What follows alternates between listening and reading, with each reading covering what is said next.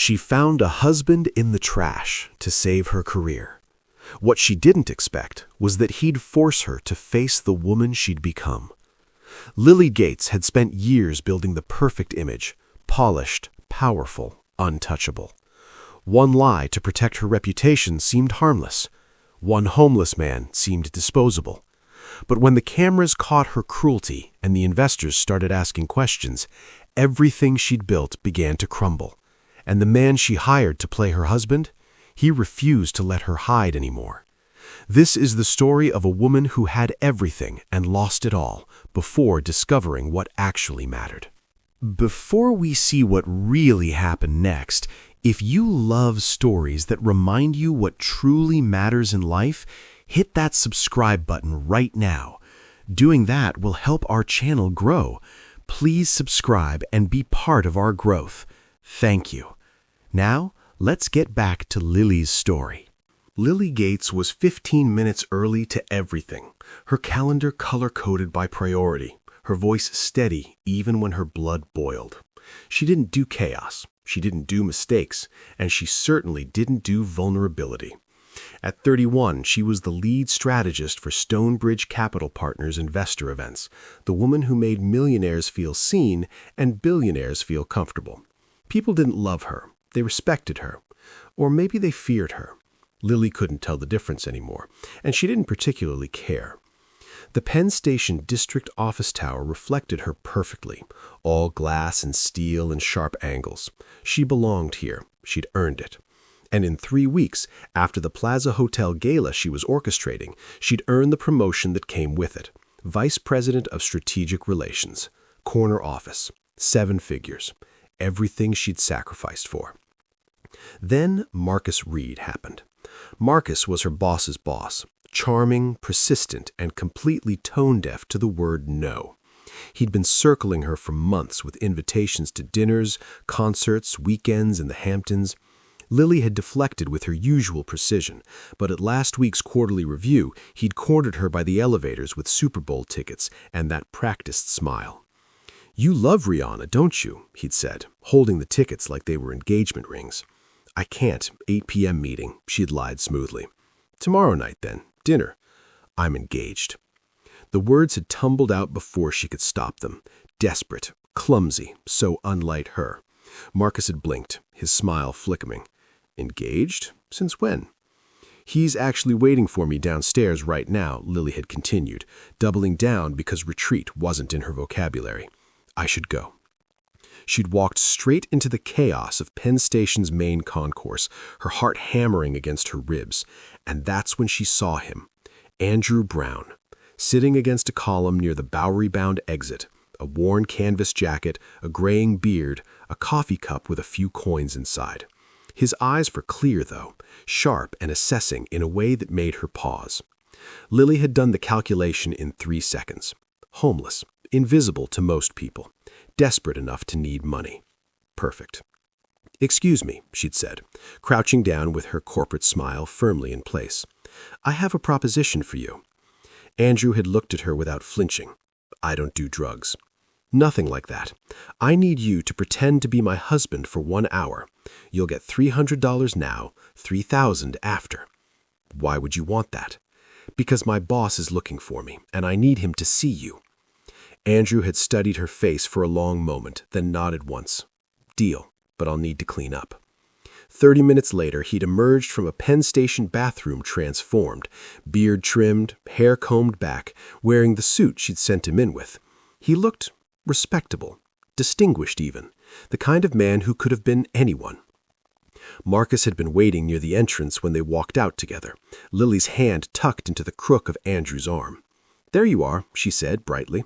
"Marcus, this is John, my fiancé. John, this is Marcus Reed from the investor relations team."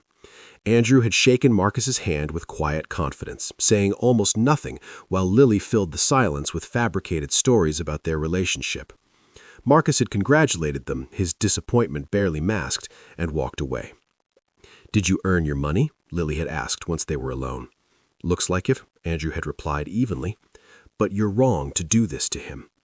He's my boss. If I reject him outright, I lose everything I've worked for. You're wrong to think like that." She'd handed him an envelope with the cash and watched him walk back toward the Bowery without another word. Problem solved. Image protected. Career secured. Lily had gone home that night feeling victorious, completely unaware that she'd just made the biggest mistake of her life. It started with Karen Madison. Karen was everything Lily wasn't. Warm, collaborative, well-liked. She was also the one person Lily had systematically undermined for 3 years, taking credit for her ideas, excluding her from key meetings, ensuring that Ronan Hale, their boss, saw Lily as the star and Karen as the backup. When Ronan announced at Monday's team meeting that Lily would lead the Stonebridge Charity Gala at the Plaza Hotel, Karen's smile had been thin and surgical. "Congratulations," she'd said, her voice sweet as poison. "I'm sure it'll be flawless." Lily should have recognized the threat. Instead, she'd been too focused on the investor meeting in 72 hours, the presentation that would seal her promotion. She spent Monday and Tuesday rehearsing her pitch, refining the event timeline, making sure every detail screamed competence. She didn't notice Karen staying late, didn't notice the USB drive, didn't notice anything until Wednesday morning when Ronan called her into his office with his phone already open. "Explain this," he said, turning the screen toward her. It was security footage from Penn Station, grainy but unmistakable. Lily shoving past a homeless woman near the entrance, knocking her coffee to the ground. Lily snapping at a man asking for change, her face twisted with contempt. Lily, in another clip, grabbing Andrew by the collar before their staged meeting with Marcus, her words sharp. "You'll do exactly what I say or you won't see a dime." "Where did you get this?" Lily's voice cracked. "Anonymous email. Sent to me, the executive team, and 3 members of the Stonebridge Investment Committee." Ronan's expression was carved from stone. "Is this real?" She couldn't deny it. The footage was time-stamped, clear, damning. It was a bad day. "A bad day?" Ronan's voice was dangerously calm. "Lily, Stonebridge is built on their public image. They fund shelters, food programs, literacy initiatives for underserved communities. And you're on camera treating homeless people like garbage right before pitching them on a partnership?" "I'll fix it. I'll apologize. The investor meeting is in 6 hours. They've already seen this. They're asking questions." He leaned back in his chair. "You have until tomorrow to give me a reason not to fire you." Lily had walked out of that office on autopilot, her mind racing. Karen. It had to be Karen. She'd somehow gotten the footage, packaged it perfectly, and detonated Lily's career with surgical precision. By lunchtime, the entire office knew. By mid-afternoon, Lily's name was trending on LinkedIn with hashtags she couldn't bring herself to read. She found Andrew near the Bowery Mission that evening, handing out sandwiches to a line of people waiting for dinner. He saw her coming and stepped aside, his expression unreadable. "My career is over," she said without preamble, "because of you." "Because of me?" Andrew's tone was mild, but his eyes were sharp. "I didn't shove anyone. I didn't hire myself to lie." "I'll pay you anything. Just leave the city. Tell anyone who asks that it was all staged." Andrew studied her for a long moment. "Why do you even want a job your life depends on? You're homeless. What do you know about—" "I was just like you once. I went over people's heads for a career, thought money and status were all that mattered. Then my company collapsed, and I realized I'd built nothing that could hold me up when everything else fell apart." He paused. "You're so busy protecting your image, you've forgotten who you actually are. Spare me the philosophy lesson. I'll leave, but you'll do something for me first. Tomorrow, Bryant Park.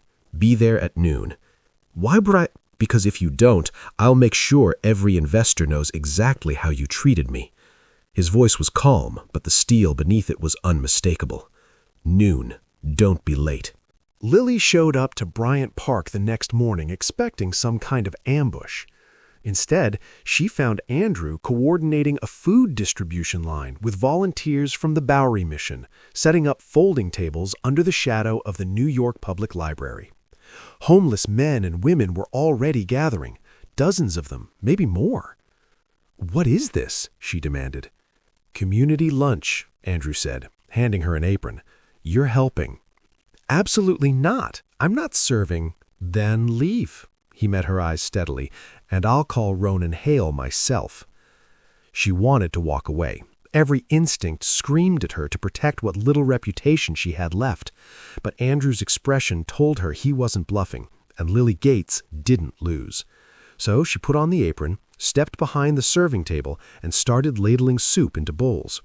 It was humiliating at first, the stares from passers-by, the whispered recognition from people who'd seen the footage. But as the line moved forward, something shifted. An older woman thanked her with a smile that reached her eyes. A veteran told her about his daughter's college graduation. A teenager asked if there was extra bread, then shared it with the man behind him. These weren't props. They weren't obstacles. They were people. And for the first time in years, Lily felt the suffocating weight of her ambition lift just slightly. By mid-afternoon, she was exhausted and, strangely, almost peaceful. Andrew found her sitting on a bench afterward, staring at her hands. "You did good today," he said simply. "I've never felt this satisfied after any boardroom presentation," she admitted, "and I've given hundreds." "That's because you were actually helping people instead of performing for them." Lily looked up at him. "You knew, didn't you, that I hired you to lie? You knew the whole time." "Of course I did. Your boss, too." Her stomach dropped. "Ronan knew? He's been volunteering here for years. Why do you think I was hanging around your office?" Andrew's expression softened. He wanted to see if you'd choose accountability over ambition. The realization hit her like cold water. Everything, the footage, the meeting, the ultimatum, it had all been a test, and she'd been failing it for years. That evening, Lily walked into Ronan's office and handed him her resignation letter. "Fire me if you need to, but I want to organize one last event, not at the plaza, here, for the Bowery community. No fee, no promotion, no investors, just people who actually need it." Ronan studied her for a long moment, then nodded. "Okay, but you're doing it without the company's resources." "I know." She spent the next 3 weeks planning the event with Andrew's help, a genuine community gathering with food, music, donated supplies, and dignity. No branding, no photo ops, no agenda except showing up. When Karen tried to sabotage it with a last-minute permit issue, Lily didn't retaliate. She just found another location and kept working. The event wasn't perfect. It rained halfway through, the sound system glitched, and half the donated coats were the wrong sizes. But people came. They ate, they laughed, they thanked her. And when it was over, Lily sat on a bench next to Andrew and realized something astonishing. She was happy. "Are you still going to fire me?" she asked Ronan when he appeared beside them. "No," he said. "But you're not getting that promotion either. You'll stay in your current role. Prove you've actually changed." "Fair enough." Andrew stood to leave, and Lily grabbed his sleeve. "Wait, I never properly thanked you." "You don't need to." "I do, and I owe you dinner. A real one. Maybe the Super Bowl? I still have those tickets Marcus gave me." Andrew smiled, genuine and warm. "Yeah, I'd like that." As they walked away from Bryant Park together, Lily realized she'd lost everything she thought defined her. The promotion, the image, the untouchable reputation. And somehow, impossibly, she'd found something worth infinitely more. Herself. Lily's story reminds us that the person we become matters more than anything we achieve. If this touched your heart, imagine how many other people need to hear it too. Subscribe and hit that notification bell so you never miss stories that make you feel, think, and maybe even change.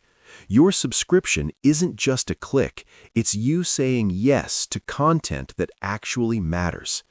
Doing this will surely make us grow. Please subscribe. Thank you. Also, I want to know, what would you have done in Lily's position? Drop your thoughts in the comments below. And if you know someone chasing success at the cost of their soul, share this video with them. Sometimes we all need a reminder of what truly counts. See you in the next story. Until then, remember, your reputation is what people think of you, but your character is who you are when no one's watching.